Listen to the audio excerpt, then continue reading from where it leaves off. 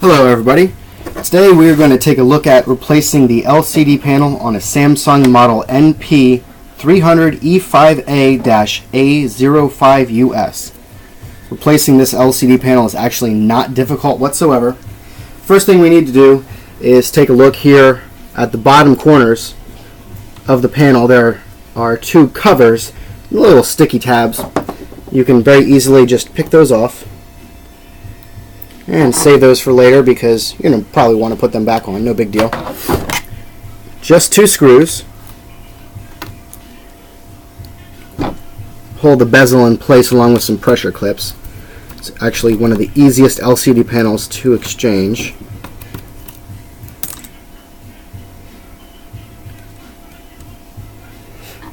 Once you take the two screws off, just a little bit of pressure around the edges. The bezel just pops right off.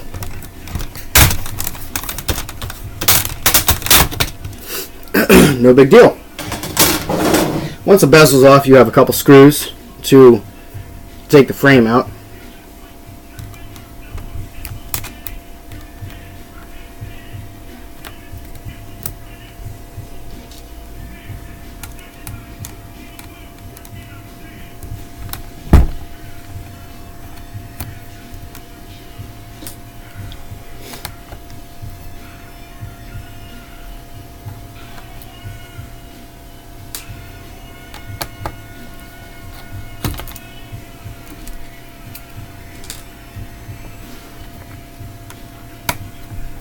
One of the things that I've found while replacing laptop screens is don't be too worried about breaking anything. You actually have to try pretty hard to break something. As delicate as LCD panels are, you're not going to hurt it unless you really gouge it or pull too hard. Once you release it from the hinges, you've got the video cable here. Usually there's a adhesive film that helps keep it in place. Just gently peel that back. Try not to lose it because you are going to use it to hold things back in place when you replace the screen. Usually there's one or two different layers of it, and you just gently peel at that.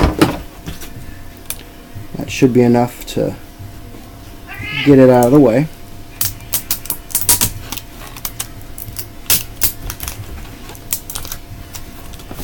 And it generally disconnects with just a little bit of pressure. Nothing serious. Once you pull the panel out, there is a mounting bracket here on the sides that you're going to have to disconnect.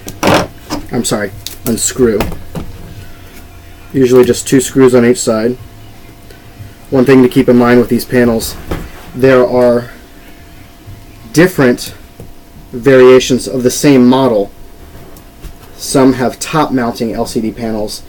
Others have side mounting. This is a side mount panel.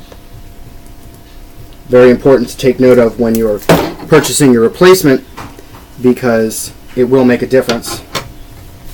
And you can't mount the wrong one to the wrong side.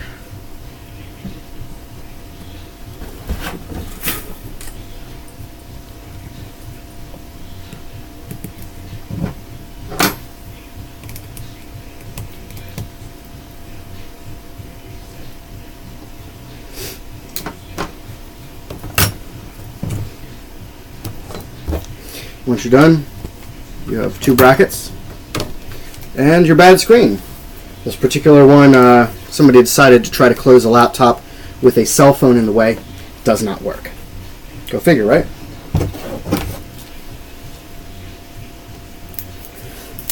A lot of replacement LCD screens have a protective film. You want to make sure you take that off before you mount it back in, otherwise you're going to undo everything just to get it back out. Don't mind the cat, he has bad habits. Take a look at your screen versus your replacement one to make sure everything lines up. We do have the same video connector there.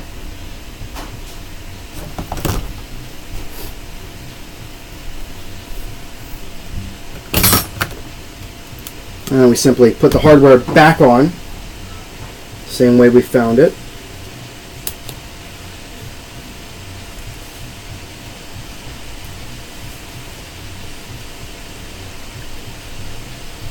For those of you wondering the cat's name, since he decided to make a grand entrance, his name is Archduke Fifi La Yip Yap.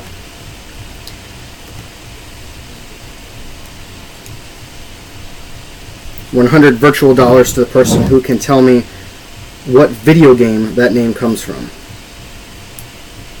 I'll actually be very surprised if anybody can figure that out, because my wife had to introduce me to the video game because I had never heard of it.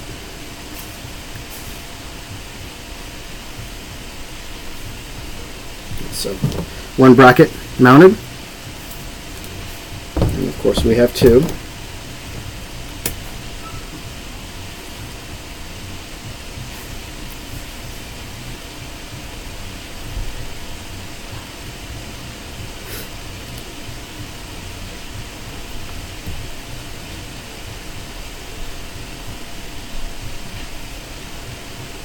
And like I said earlier, sometimes people are a little apprehensive when working on a laptop because of the small nature. I've yet to break any laptop component that wasn't already either brittle from age or broken already, so a little patience goes a long way. But it's generally not too difficult to do. Alright, second bracket screwed in place. Now flip that over and make sure we connect the video connector back in the same way we did before. So we have the adhesive tab. We're just going to connect the video cable back in place.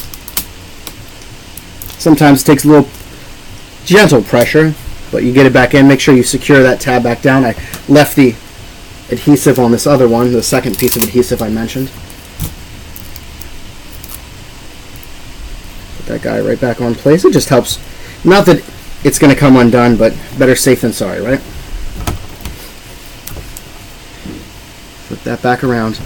Now, for argument's sake, before we put everything back together, probably a good idea to power it on now that we know everything's connected, just to make sure that everything's connected properly, because it'd be a pain to put it all back together and then have to take it apart because you didn't get something right. So. And there we go, we can see the Samsung splash screen. This was a cracked, damaged LCD.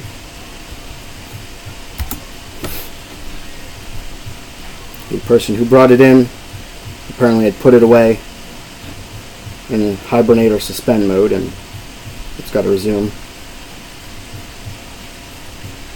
But that's what we're going for, a nice working display. Let's go ahead and shut it down properly. Not adds insult to injury.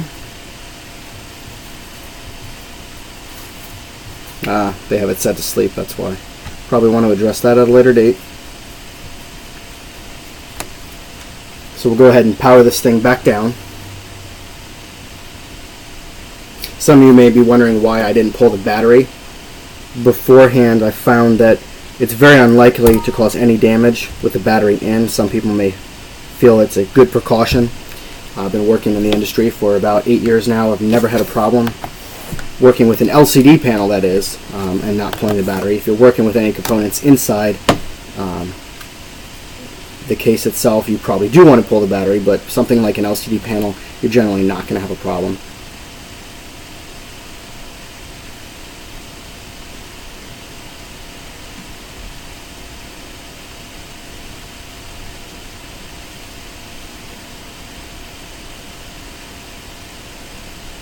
While it's shutting down, we'll go ahead and align the panel back up so we can start screwing it back in place.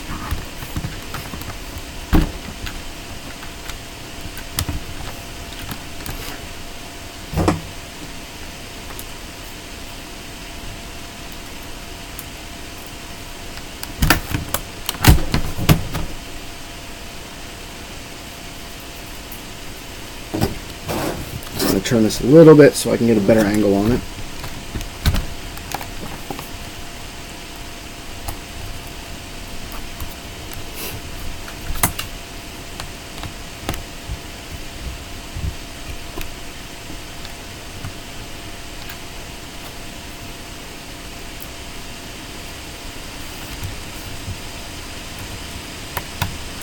When you put these screws back in, be careful to take note of which holes you took them out.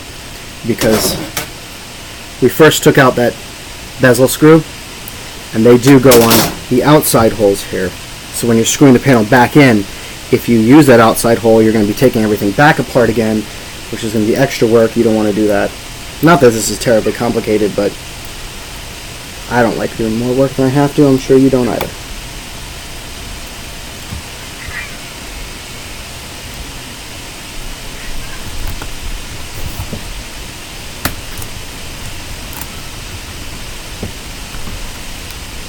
One thing I have noticed over the years in doing this, you may find that sometimes the screws don't like to go in as easy as they came out. You may want to be a little cautious that you don't cross-thread anything. It's very rare with these little screws, but it does happen. You can cross-thread them, and that becomes a problem. Then you can't get the screw back in, and well, nobody wants to do that. Bezel goes back on, and it goes back on fairly as easy as it did before. Sometimes you have to push down a little bit to get things lined up, but it just pressure clips around the edges. Not too difficult. And then we have the two screws at the bottom like we did before. I'll push the power one more time to make sure that nothing came unplugged, not that it should have. And you can see the screen is working just fine.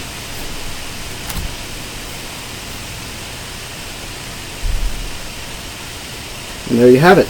That's the replacement of the LCD panel on a Samsung model NP300E5A-A05US. Hope that made it easier for you to do the same.